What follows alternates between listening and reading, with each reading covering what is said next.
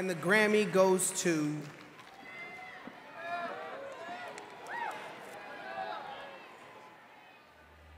Recovery!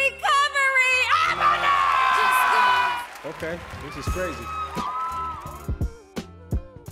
Jay-Z is arguably the biggest rapper to ever set foot on a stage.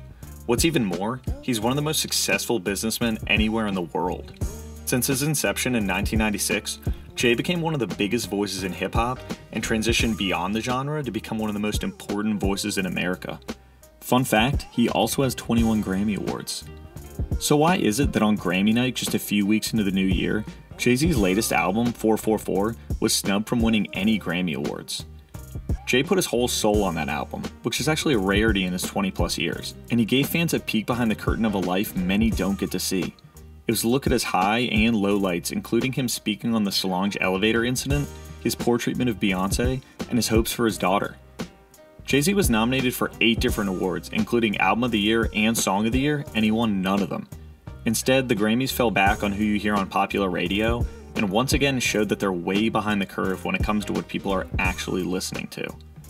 But here's a bigger question. Why do we care?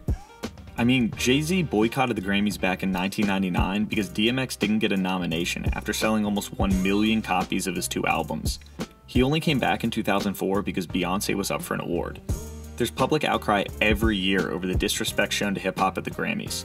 Jay-Z has actually gone on record himself talking about how he essentially respects the Grammys and wants to win, but really, it doesn't change much. For Jay-Z in particular, I think it's time we stop letting the Grammys validate our feelings about an artist or not. Jay-Z doesn't need a Grammy to be popular, and unlike Drake, Kendrick, or Kanye, Jay-Z owns his own streaming service, Tidal. With Tidal, Jay can make sure that his music comes exclusively. He doesn't need a cosign from Apple or Spotify. He's releasing exclusive music and people are paying attention and paying money to be a part of it. It's a huge step for hip-hop to do battle in the mainstream arena. Jay also created and owns Roc Nation, his own record label that houses names like Meek Mill, DJ Khaled, and its first signee, J. Cole. Jay-Z isn't worried when his next album is coming out or pressure from anyone at the label. He's able to release his own music, own his own masters, and help out other artists he believes in by bucking cosign and doing it himself. Not to mention, Roc Nation just expanded from a record label and management company into a fully fledged entertainment company, complete with Roc Nation Sports, the already successful athletic management arm of Roc Nation. Although Jay-Z has plenty of other business ventures in his corner, Tidal and Roc Nation are 2 of his largest, and they prove that the artist can win over the corporation. So often we view Apple Music, major record labels, even YouTube as gatekeepers to success. You have to succeed on their platforms to win, and you have to do it within the confines of their rules.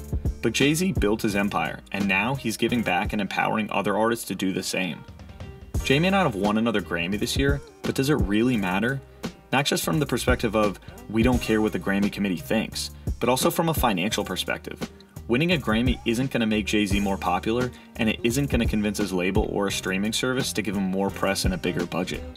To quote Jay-Z from his infamous speech at that 2004 Grammys when his boycott officially ended, "No matter what happens at the Grammys, it's going to be what it is. Bob Marley's going to be Bob Marley whether he's nominated for a Grammy or not. Tupac is going to be Tupac, Biggie is going to be Biggie." But do you agree that Jay-Z shouldn't sweat the Grammy snub? Or should we be fighting for his recognition on the Grammy stage? Let us know in the comments.